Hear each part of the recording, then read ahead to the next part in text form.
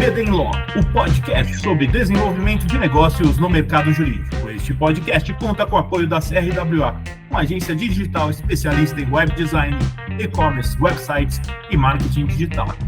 CRWA, há 14 anos entregando performance e resultados de comunicação. TKRA Contabilidade, a contabilidade certa para o crescimento da sua empresa. Já ouviu falar em Legal Design? Não? Procura por Bits Legal Design, criando documentos que qualquer pessoa entende. Os livros têm um papel fundamental na formação e no desenvolvimento contínuo dos advogados, não apenas para aprofundar o conhecimento técnico, mas também para ampliar a visão de mundo e refinar habilidades essenciais, como argumentação, escrita e empatia. A leitura de obras jurídicas é indispensável para manter-se atualizado e interpretar corretamente leis, doutrinas e jurisprudências. No entanto, os livros fora do universo jurídico, como biografias, romances, obras sobre história, negócios, filosofia ou psicologia, são igualmente importantes, pois ajudam o advogado a compreender melhor o comportamento humano, desenvolver pensamento crítico, comunicar-se com clareza e lidar com situações complexas, com mais sensibilidade. Um advogado que lê além do direito, enxerga além dos processos. Este é o tema do nosso episódio de hoje aqui no BD Law, o podcast sobre desenvolvimento de negócios no mercado jurídico. Sejam muito bem-vindas e bem-vindos. Eu sou seu host, Gabriel Bedini, especialista em desenvolvimento de negócios no mercado jurídico. Estamos aqui com Marcos Valverde, sócio fundador do Marcos Valverde Sociedade de Advogados. Ele frequentemente assessora clientes residentes e não residentes no Brasil em questões complexas de dia a dia contratual e societário, estruturações, assuntos de governança corporativa em operações de venture capital, private equity e fusões e aquisições. Além de sua atuação na esfera consultiva, também é procurado por clientes para resolver disputa entre sócios e relacionados a operações de fusões e aquisições, como conciliador. Integra a lista de árbitros e de algumas instituições arbitrais brasileiras. Marcos, seja muito bem-vindo e obrigado por topar nosso convite, viu? Muito obrigado, Gabriel. Feliz em estar aqui com vocês. Pô, a gente também está muito feliz, viu, Marcos? Marcos, queria que você aí, para quem não te conhece, você contasse um pouquinho da sua trajetória, como você foi parar no direito. Eu, na verdade, sempre quis fazer direito desde pequeno. Como a gente estava falando até um pouco mais cedo, isso desde pequeno eu vinha muito imbuído de uma vontade de aprender a me defender em situações da vida, que eu tive situações difíceis quando eu era pequeno. E isso me fez enxergar no direito uma ferramenta de defesa e proteção, e eu acabei, acho que, ficando muito bom em me defender. Fiz artes marciais também quando era mais novo, que me dava uma visão física, mas também psicológica de como fazer isso, porque as artes marciais passam muita segurança, e o direito também me deu essa segurança, e hoje eu tenho uma grande satisfação em conseguir proteger as pessoas e defender as pessoas. Eu digo que é uma grande forma de realização espiritual para mim. É uma satisfação que transborda e é muito mais importante do que o direito, do que o dinheiro, em várias situações. Então, eu sempre quis ser advogado por conta dessa linha mais aprofundada de como ver a vida. E acho que abrir o escritório e ter a própria cultura por conta dessa profundidade de como ver as coisas acabou sendo uma consequência natural de todo o meu processo como advogado. Há 11 anos eu tenho escritório. O escritório é uma referência nacional em venture capital, e a gente também participa de algumas operações bastante grandes, tanto de governança quanto de M&A aqui no Brasil. E é isso, a gente é muito feliz em poder ajudar e servir. Pô, muito legal, Marcos. E, Marcos, a gente acabou se conhecendo aí porque eu vi que você também, que nem eu, é um apaixonado por livros, né, cara? E eu queria que você contasse aí se você lembra algum livro que te marcou no início da carreira como advogado. Olha, boa pergunta. Dentre os livros que me marcaram no início da carreira, tem um, acho que muito especial, de processo civil, de teoria geral de processo civil, que é uma coisa que eu nem faço tanto hoje, a não ser o meu trabalho como árbitro, né, que eu vejo um pouco mais de processo, mas o livro de um grande jurista aqui no Brasil, né, que é o Sérgio Bermudes. Ele tem um livro de teoria geral do processo, que é um livro simples, singelo e muito inteligente. E ele explica o porquê e a essência de cada instituto, e explica o porquê e a essência de cada coisa, e explica a necessidade da justiça de uma forma né, de gerar impacto, de fazer justiça, das pessoas olharem o trabalho delas dessa forma. Então, é um livro muito bem escrito e ao mesmo tempo simples, sabe? Tem, acho que, uma expressão, acho que do Mark Twain, né?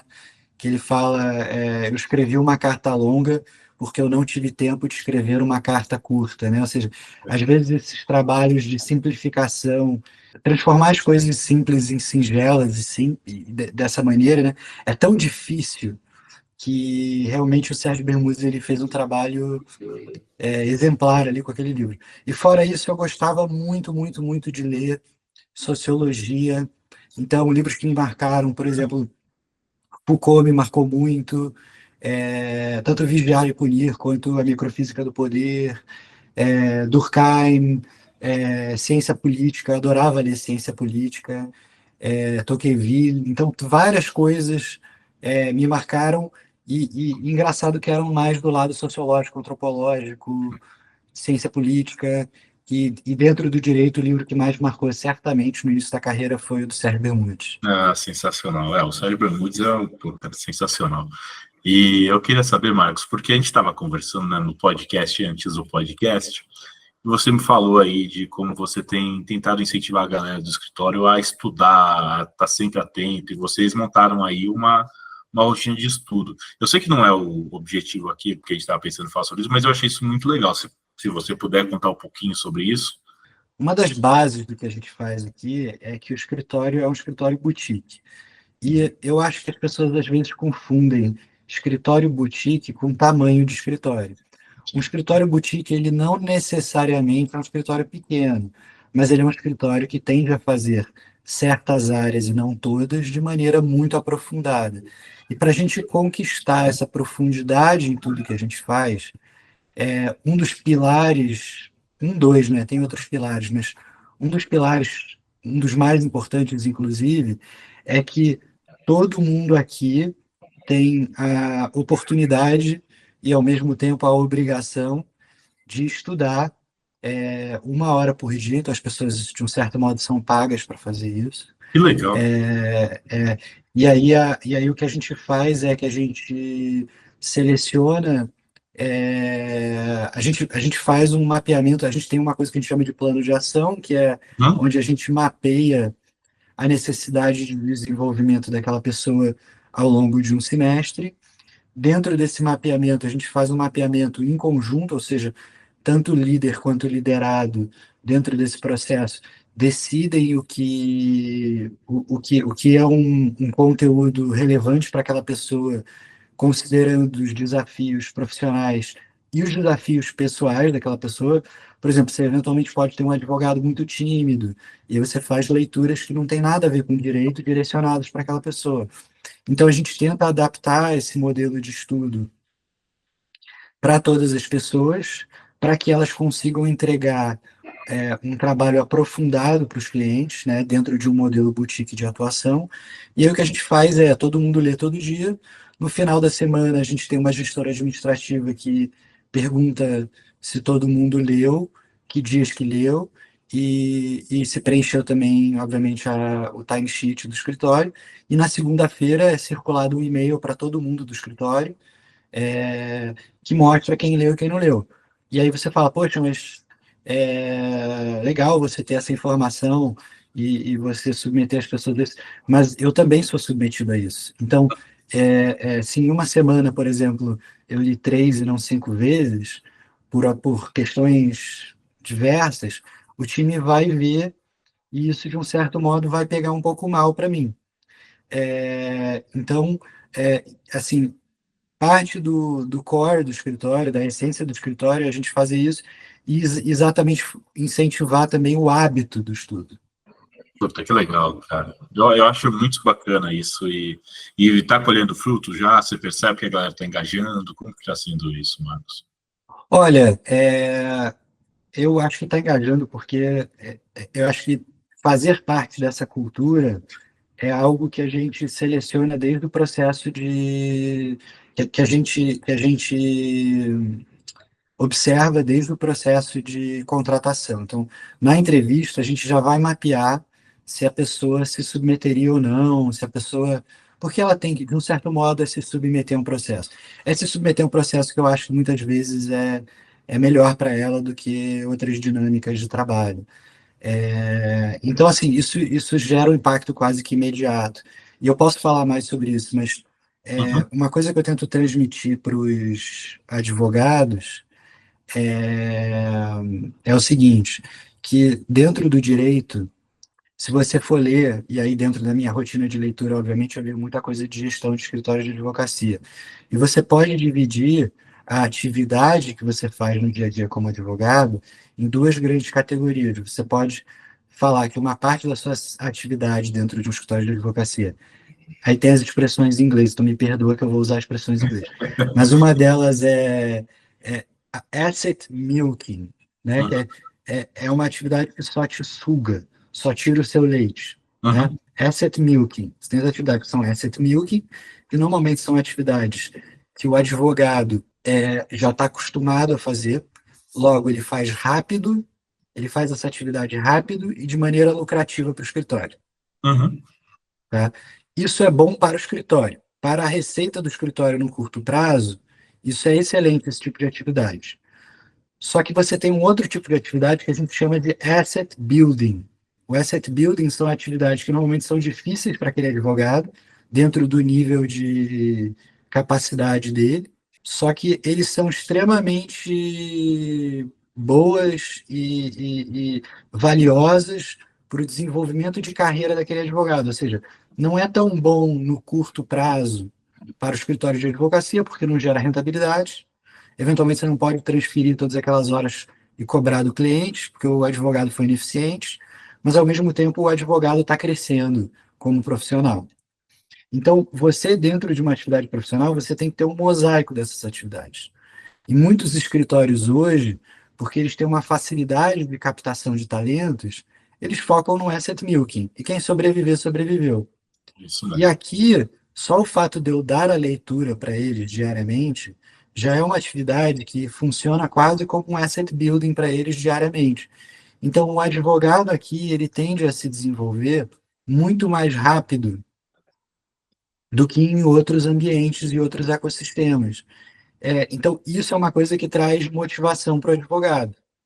Outra coisa que individualmente funciona comigo e com qualquer outro advogado é o seguinte, que quando você estuda diariamente, você cresce também em coragem.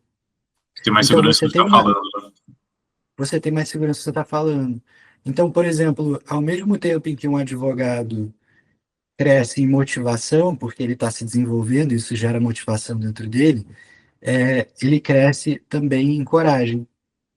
É, é, e aí começa a virar um ciclo virtuoso, porque aí eu gosto de citar o Robin Sharma, que é um coach que eu tive e Uhum. ainda sigo ele, e eu fui para o Canadá visitar ele e tal, ele é um cara super legal, e ele fala uma coisa que é o seguinte, a leitura e o estudo ele te dá mais consciência.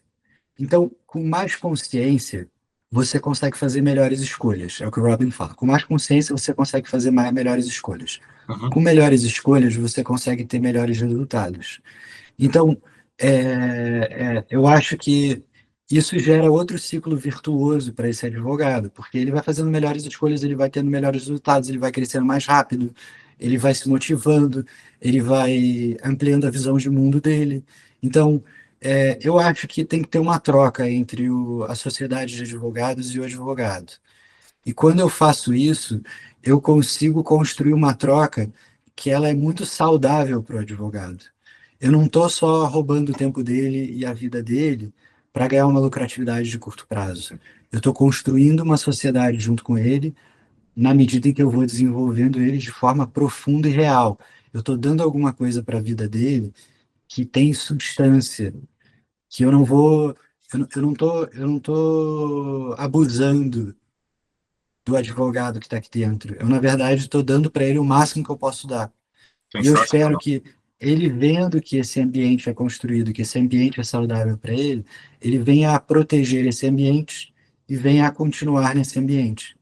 Puta, que legal, Marcos. Assim, eu acho muito bonito isso, sinceramente, porque, cara, no fundo é isso, porque a gente cada vez vai Se tudo correr bem, senão a gente tá ferrado. Mas a IA vai trazer mais tempo para a gente poder gastar esse tempo no que realmente importa.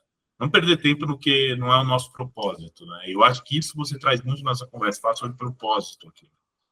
Porque, no fundo, eu acho que tudo se diz a isso, né? Qual que é o seu propósito? O que você quer fazer da sua vida? O que você está fazendo com o seu tempo? Você está transformando isso ou está só desperdiçando, né? Então, eu acho que quando a gente traz isso tudo, você consegue dar um senso de propósito maior para ajudar as pessoas a seguirem seu próprio caminho, até porque você não obriga elas a estudarem o tema que você quer, mas você dá liberdade para elas estudarem. Isso eu acho um ponto muito legal. Você não obriga uma linha de raciocínio, mas você deixa a pessoa seguir o que é melhor para ela. Isso eu acho fenomenal. Eu queria saber, Marcos, como que a leitura ajuda um advogado a desenvolver habilidades como empatia, escuta e comunicação, ou não ajuda em porcaria nenhuma? Eu acho que a gente já tem a resposta aqui, mas eu queria ouvir de você. A gente já tem a resposta. Eu gosto de usar um conceito que é consciência expandida. Eu gosto de proteger as pessoas com uma consciência expandida. O que significa que eu não estou protegendo as pessoas ou gerando valor para elas a partir de uma agressividade ou de uma coisa assim, só no ganhar no braço, né? Sim. Eu acho que a gente faz isso com conscientização, com crescimento. Trazer uma conversa que eu tive, que foi muito interessante, que é o seguinte: numa das minhas viagens para o Canadá, eu conheci o astronauta que era ele era o capitão, o chefe lá, não sei como é que fala, Sim. da estação espacial. Ele era Que um legal. canadense. E aí ele me contou uma história. E a história dele acho que é Chris Hadfield o nome dele. Sim, é o cara do bigode, né? É o cara do bigode. É o cara Quem do faz os bigode. testes, Ele tem um experimentos. livro.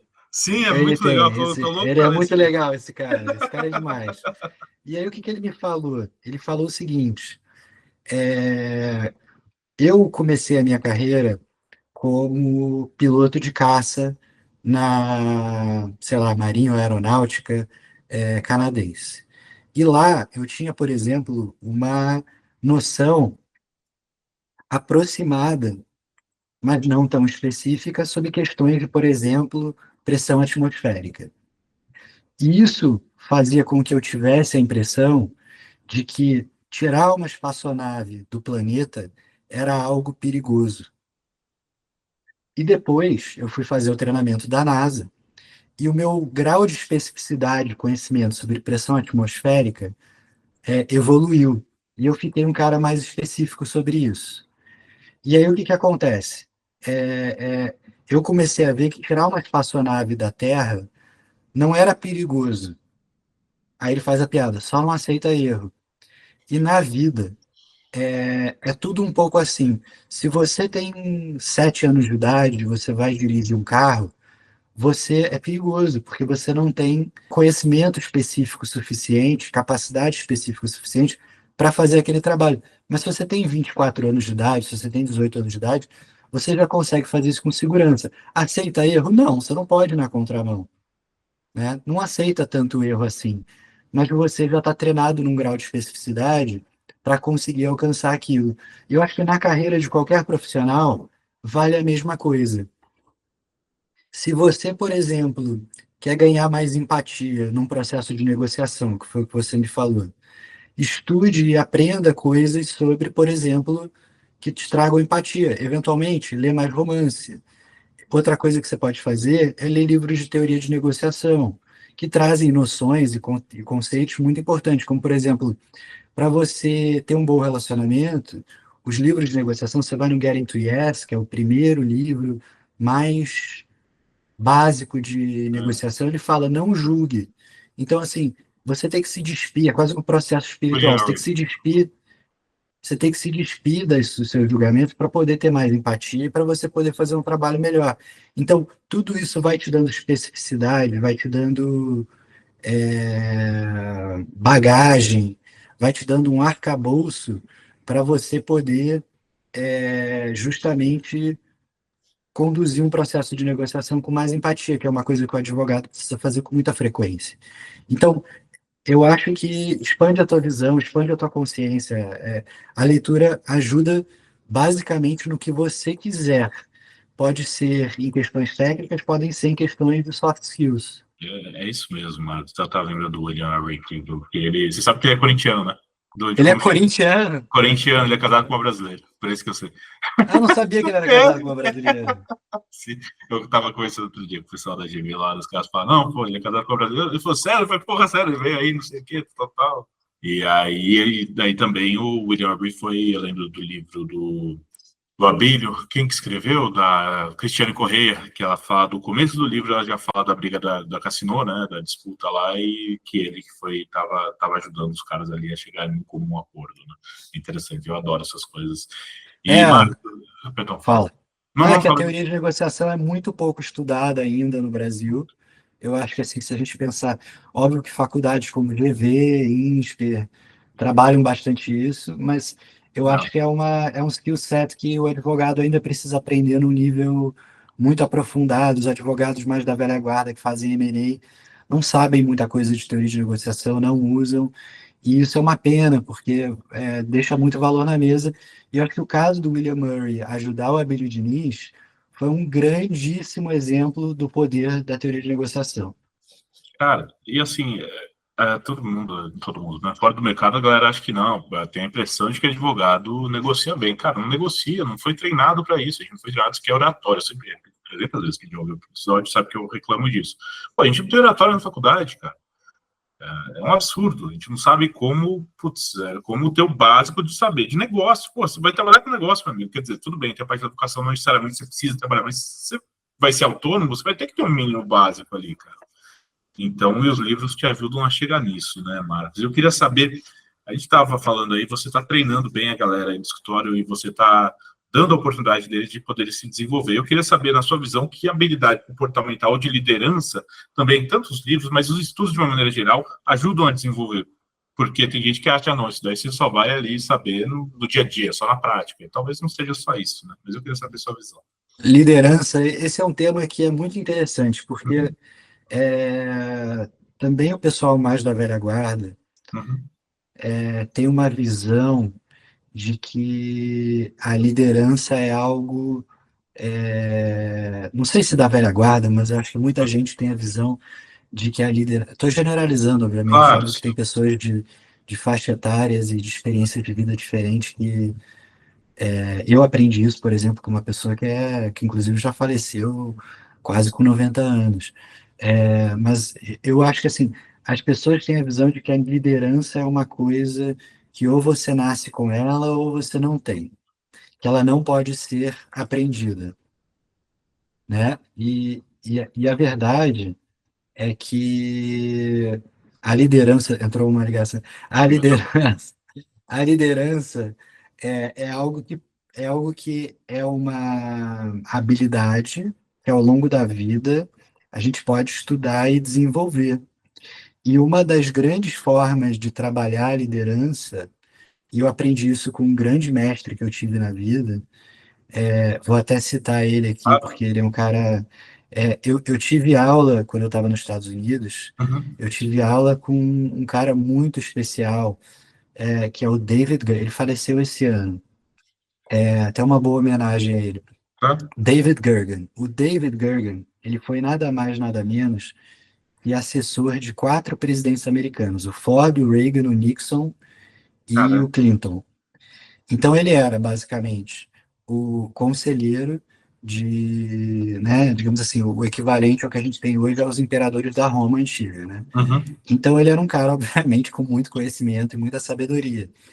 E eu fiz a aula dele de liderança quando eu Legal. estava nos Estados Unidos. Foi muito legal. E a aula falava sobre valores, caráter, várias coisas importantes e tal. E uma das coisas que ele dizia é o seguinte: você quer aprender liderança, leia biografias, porque você vê como grandes pessoas conseguiram sair de A e chegar em B. E eu acho que ler biografia é uma coisa realmente sensacional. Você quase que entra dentro do mundo daquela pessoa e consegue, assim, aprender e crescer. Ele era um grande fã de ler biografias, ele dava muita biografia para a gente ler em sala de aula. É, Ele, inclusive, falou algumas coisas curiosas para gente, por exemplo, quando o Clinton, ele falava muito sobre valores, ele falava, se você, já entrando aqui numa pequena aula de liderança, ele falava sobre valores o seguinte, se você não trabalha alguma falha de caráter, ou de valores, ou de alguma coisa que você queira chamar como você quiser, que você não trabalha ao longo da vida, às vezes quando você está lá em cima, aquilo volta e te dá uma rasteira.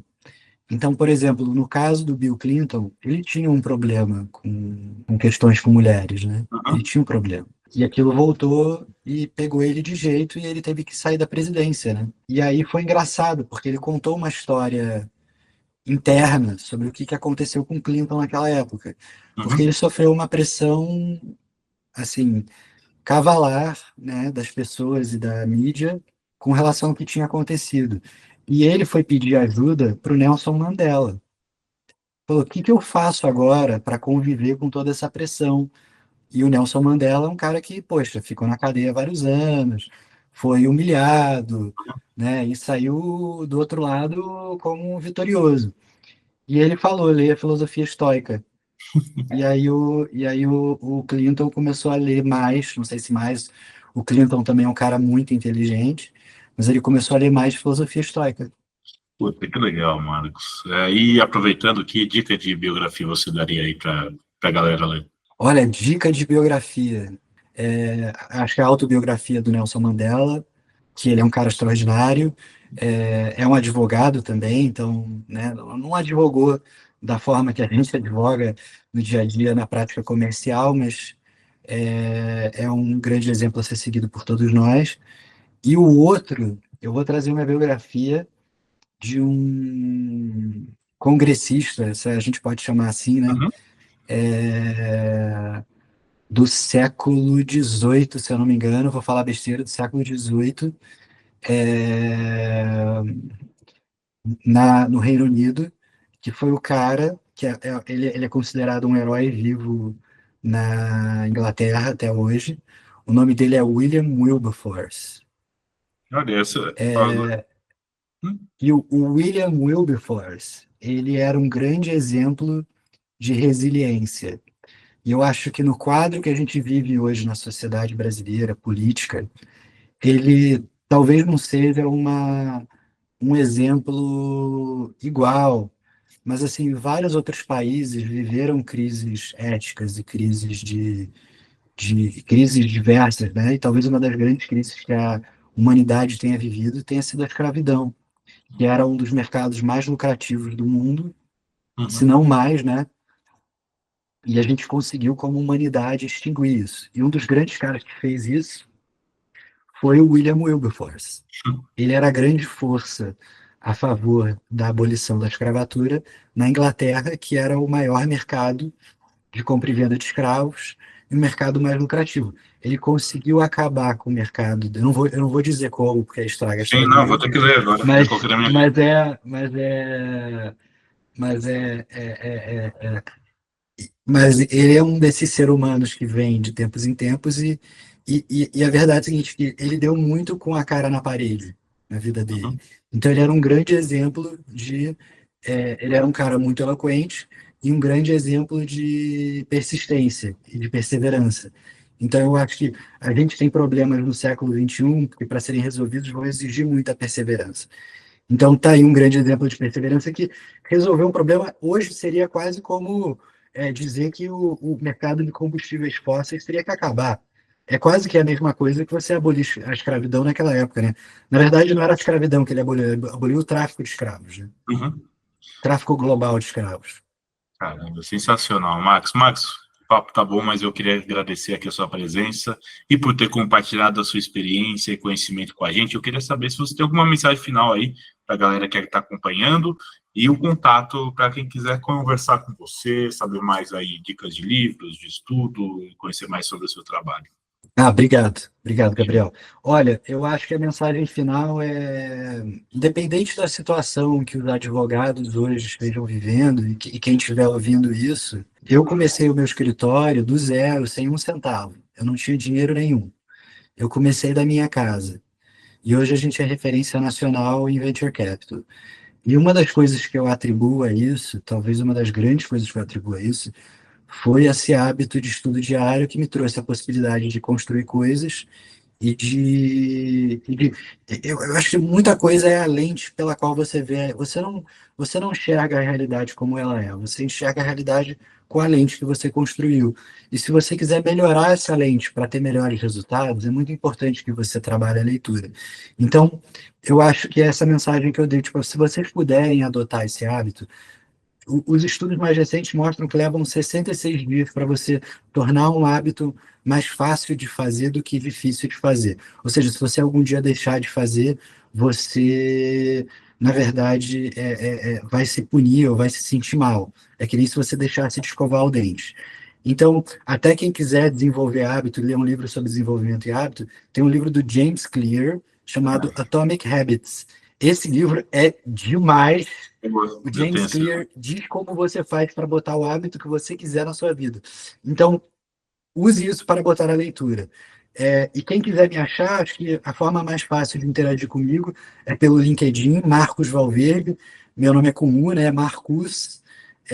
Pode me encontrar lá, manda mensagem que eu sempre respondo e sempre tento participar e ajudar da forma que eu puder.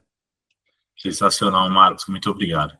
Pessoal, a gente vai ficando por aqui, não deixem de seguir nas redes sociais. Estamos lá no Instagram, no @BDinLaw, e no meu LinkedIn, Gabriel Bidini, onde vocês vão encontrar conteúdo sobre desenvolvimento de negócios e mercado jurídico. Este é o BDinLaw, podcast sobre desenvolvimento de negócios no mercado jurídico. Nos vemos no próximo episódio. E até lá. BDinLaw, o podcast sobre desenvolvimento de negócios no mercado jurídico. Este podcast conta com o apoio da CRWA, uma agência digital especialista em web design, e-commerce, websites e marketing digital. CRWA, há 14 anos entregando performance e resultados de comunicação. TKRA Contabilidade, a contabilidade certa para o crescimento da sua empresa. Já ouviu falar em Legal Design? Não? Procura por Bits Legal Design, criando documentos que qualquer pessoa entende.